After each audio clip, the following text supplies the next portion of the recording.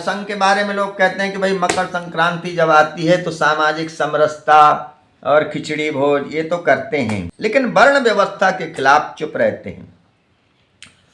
वास्तव में ऐसा आरोप लोग गलत लगाते हैं। हम किसी भी प्रकार की ऐसी व्यवस्था को राष्ट्रीय स्वयं संघ नहीं मानता है जो समाज को तोड़ने का काम करती है।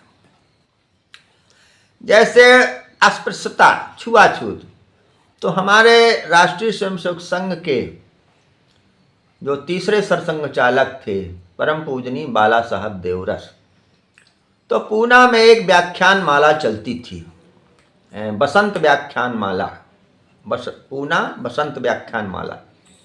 तो उसमें अपने देश के विशिष्ट ऐसी जो विभूतियाँ होती हैं उनका व्याख्यान वो संस्था कराती थी। तो उसमें माननीय बाला साहब देवरस जी का भी एक बार पूना बसंत व्याख्यान माला में उन्होंने भाषण दिया था। तो उसी व्याख्यान माला के अंतर्गत भाषण देते हुए उन्होंने कहा था कि अगर अस्पृश्यता अपराध नहीं है तो इस देश के अंदर कोई भी चीज अपराध नहीं है। ये उन्होंने अपने व्याख्यान में कहा था।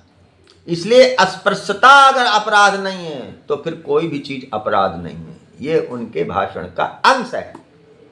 तो इसलिए राष्ट्रीय स्वयंसेवक संघ अपने में स्पष्ट है। माननीय बाला साहब देवरस जी के व्याख्यान में हम सब जानते हैं, वो डॉक्यूमेंट के रूप में उपलब्ध भी है। तो अस्पृश्यता वास्तव में कोई भी जो व्यवस्था होती है, जातिगत अस्पृश्यता है, कैसी भी हो, वो अपराध है। ये राष्ट्रीय स्वयंसेवक संघ मानता है। दूसरा एक चीज और होती है कि कोई जो व्यवस्था होती है सामाजिक, वो कालबाह्य भी हो जाती है। किसी समय कोई व्यवस्था जो है तो समाज के लिए हितकर होती है, लेकिन एक समय के पश्चात वो व्यवस्था समाज के लिए अहितकर होती है, नुकसानदायक होती है।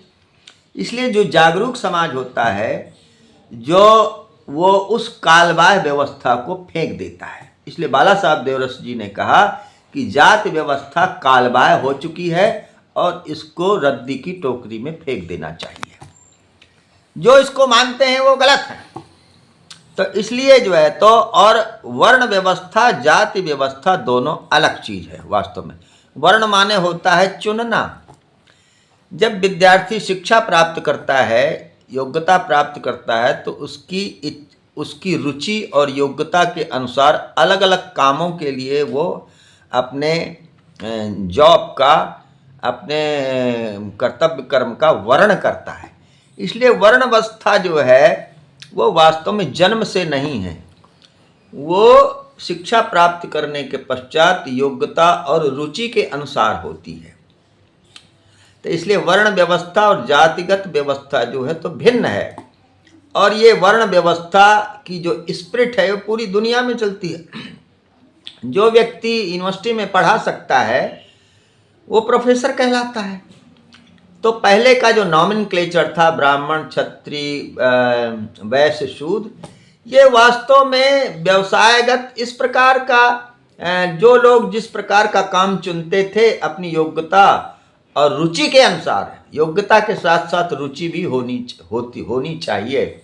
हो सकता है कि मैं इलाहाबाद यूनिवर्सिटी का छात्र था, मेरी योग्यता तो थी IAS PCS बनने की, लेकिन मेरी रुचि नहीं थी, इसलिए मैंने कभी फार्म ही नहीं भरा। मेरी रुचि अध्यापन में थी, इसलिए मैं अध्यापक बना। तो वर्ण व्यवस्था से तात्पर्य इसी प्रकार का है। लेकिन जो उसके रूढ़ार्थ में चिपके रहते हैं, जो उसको जन्मगत ले करके और अंत तक अपने चिपकाए रहते, तो वो समाज के द्रोही लोग हैं। इसलिए राष्ट्रीय स्वयंसेवक संघ इस प्रकार से वर्ण व्यवस्था के पक्ष में नहीं रहता है। वो उसकी जो स्पिरिट है उसको सारी दुनिया फॉलो करती है। जो उद्योग लगाने का जो योग्यता रखता है, जो बिजनेस करने की योग्यता रखता है, उसको कुछ भी कहो तो वो तो बिजनेसमैन बनेगा, वो तो उद्योग लगाएगा जिसको। तो इसलिए आजकल व्यवहारिक रूप से वर्ण व्यवस्था तो समाप्त हो चुकी है। उसको लोग गलत स्वार्थ के लिए अपना दुनिया भर का ऐसे करते हैं, वो राष्ट्रीय स्वयंसेवक संघ उसको नहीं मानता है, ना उसको कभी सपोर्ट करता है। और वर्ण व्यवस्था वास्तव में प्रैक्टिकली अब है भी नहीं है, उसका कोई अर्थ नहीं है, इसलिए उसको कालबाह्य है व्यवस्था। और जो व्यवहारिक रूप में है, अब कोई ब्राह्मण का लड़का जूते की दुकान नहीं रखता क्या? मार्केट में रखता है। आप अब उसको कुछ भी कहो तो वो ब्राह्मण थोड़ी होगा, वो नहीं होता है। जैसे पंडित है, पंडित कोई जन्मगत कोई वो नहीं है, उपाधि है। जो संस्कृत पढ़ता है, विद्वान होता है, उसको पंडित कहते हैं। आज भी अभी भी ऐसा ही है। तो जो है तो ये है।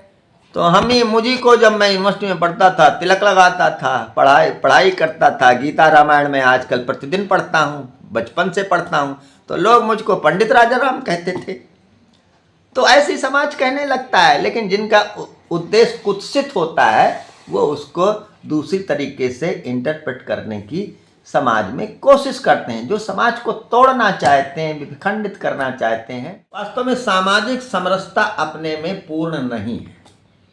सामाजिक समरसता एक प्रारंभिक ये उपाय है, लेकिन सामाजिक समरसता के साथ साथ जो समाज को, जो लोग पिछड़ गए हैं, जो नीचे हैं, स्थापित हैं, जो बेईमानी के कारण से जिनको उपयुक्त उनकी योग्यता के स्थान पर स्थान नहीं दिया जाता रहा समाज के अंदर, उसमें भी प्रयास पूर्वक उनको और अच्छे स्थानों पर प्रतिष्ठित करने की मानसिकता समाज को बनानी चाहिए। सामाजिक समरसता का अर्थ होता है कि एडजस्टमेंट तो ठीक है, लेकिन एडजस्टमेंट के साथ साथ हर एक को हर प्रकार का और अवसर मिलना चाहिए। अच्छे स्थान, ऊपर के स्थान, शिखर के स्थान भी और नीचे के तबके को प्राप्त होना चाहिए। समाज को मानसिकता बनानी चाहिए और सरकारों को, सामाजिक संगठनों को भी इसके लिए प्रयास करना चाहिए। राष्ट्रीय स्वयंसेवक संघ भी धीरे धीरे इस चीज़ को लाने का प्रयास करेगा, ऐसी मेरी मान्यता है।